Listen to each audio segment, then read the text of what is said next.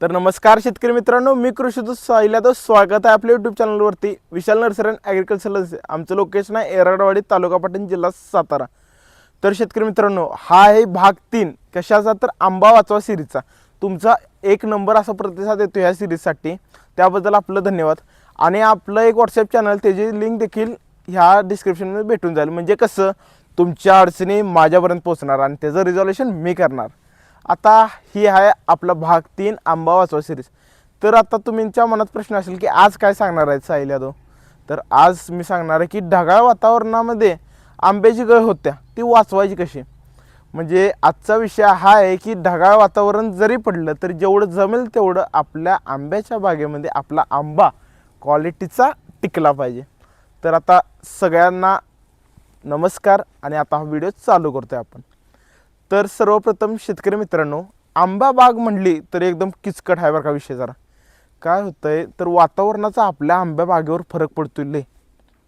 पहिल्या 2 भागात आपण काय काय कारणं असतात, नंतर बोरांची कमतरता कशी. आता आज कसं आहे, वातावरण बदललं की आपल्याला फरक कसा पडतो का पडतोय आता बघणार आहे.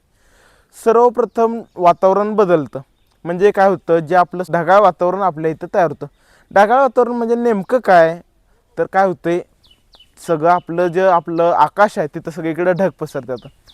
आता ढग पसरल्यामुळे तुम्ही म्हणा ढगच तर पसरत, त्यानं काय होणार, ते वाटतंय एवढंसं पण त्याचं काम लय काय काय तुम्हाला दाखवायचं.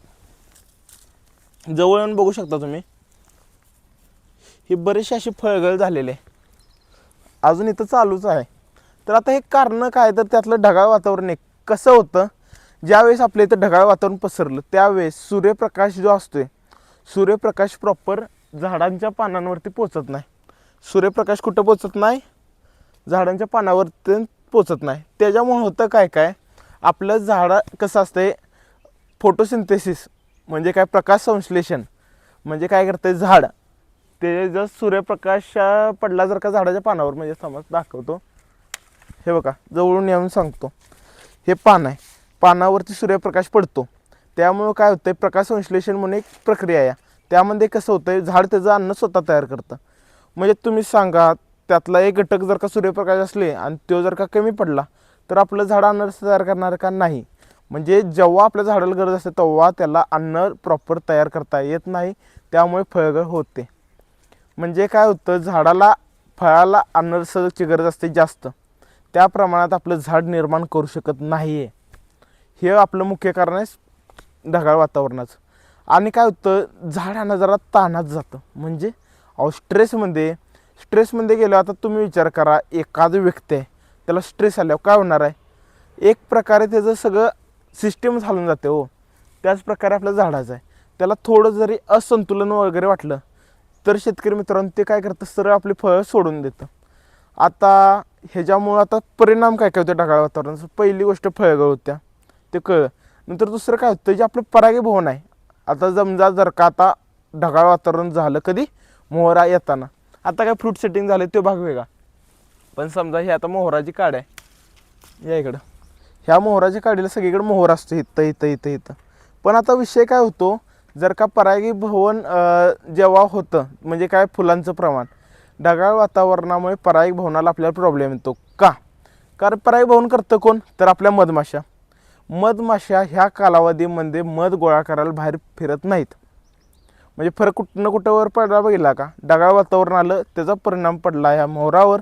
मोहर आलेल्या कालावधीत मधमाशा आल्या नाहीत, त्यामुळं काय झालं तर आपला मोहर जळून गेला. म्हणजे कसं असतंय, जे आपलं परागीभवन करणारे जे घटक असतात, म्हणजे काय पोलन्स व्हायबिलिटी, म्हणजे ते जिवंत असण्याची वेळ फार कमी असते. जर का फुलं उमलल्यानंतर त्या कालावधी जर का परागीभवन झालं नाही तर ते फुल नष्ट होऊन जातं, त्यामुळे मोहरगळ झाली. आता म्हणतात 2च कारणं होय, तसं नाही. तुम्ही आता बघता की आमच्या इकडं सर भरपूर असा रोग पडला आहे. झालं आहे काय, अहो सर मोहर वाळून जायला लागला आहे, अहो सर फळं गळायला. त्याच्यामुळं पसरतात किती 2 रोग महत्त्वाचं. कोणते तर पहिलं करपा म्हणजे काय, तुम्हाला फोटो येत असेल, पूर्णपणे झाड असं वाळून, मोहर आलेलं वाळून करपून गेल्यासारखं वाटतं. हे कशामुळे, तर करप्यामुळे, म्हणजेच काय आपलं अँथ्रॅक्नोज. नंतरनं काय होतं तर आपलं भुरी म्हणजे काय, पावडरी मिल्ड्यू.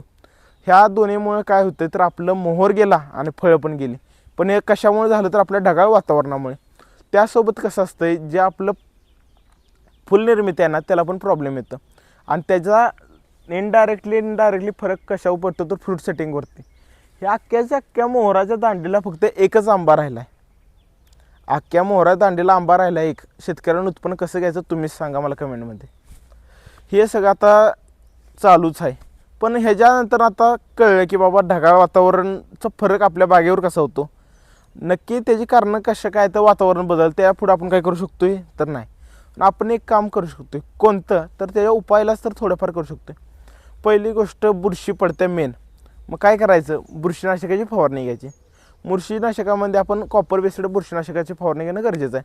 म्हणजे जो आपला अँथ्रॅकनोज आहे म्हणजे काय करप्याला आपण कॉपर ऑक्सिक्लोराईड म्हणजे काय आपल्या दुकानात भेटणारं ब्लू कॉपरचा वापर करू शकतो. त्याचं प्रमाण असतं आपलं जे 20 लिटर पंप असतो साधारणपणे त्याला 30 ते 40 ग्रॅम आपण प्रमाण राहतं. त्यानंतर आता होतं आहे कसं ते आपलं झालं करप्यासाठी. पण जेव्हा आपलं भुरी रोग येतो भुरीचा पण खाली फोटो येत असेल तर त्यासाठी आपण काय करू शकतो तर सल्फर म्हणजेच काय गंधक त्याचं ट्रेड नेम काय तर सल्फेक्स ह्याचा वापर करू शकतो. जेणेकरून आपल्या आंब्याच्या बागेमध्ये भुरी आणि करपा दोन्ही टाळता येईल. ह्या वर्षी सगळ्यात जास्त तोटा झाला तो म्हणजे करप्यामुळे. आता यंदाच्या वर्षी हे झालं. आता तुम्हाला अजून एक सांगू का झाड गेले ताण स्ट्रेसमधनं बाहेर काढायला आपण एक फवारणी घेऊ शकतो ती म्हणजे 1305 म्हणजे पोटॅशियम नायट्रेट आणि त्याचसोबत काजू एक ट्रेट. त्यामुळे काय होतं स्ट्रेसमधनं बाहेर काढायला झाडं ते आपण वापरू शकतो. आता हा आमचा भाग 3 होता ज्यामध्ये आपण बघितलं ढगाळ वातावरणाचा फरक आपल्या आंब्याच्या बागेवर कसा होतो. नंतर आपण ते कसं कंट्रोल केलं पाहिजे. तुमचं काम एकच जी तुम्हाला अडचण येते कमेंटमध्ये सांगा आणि ह्या सिरीजला जास्तीत जास्त शेअर करा विसरू नका. जेणेकरून आम्हाला पण जरा प्रोत्साहन भेटतं की इथून पुढे अजून असले व्हिडिओ चांगले करण्यासाठी. आणि शेतकरी मित्रांनो आपण एक परिवार आहोत आणि आपण एकत्र काम करायचं पुढं 100% जायचं एवढं मी तुम्हाला सांगतो. जेवढी जमल तेवढी मदत मी करतो. तुमचं सहकार्य तेवढं मला लाभू द्या एवढीच माझी अपेक्षा आहे. असेच व्हिडिओ पाहण्यासाठी आम्हाला सबस्क्राईब करा विसरू नका आणि हा व्हिडिओ जमल तेवढं शेतकऱ्यांमध्ये शेअर करा.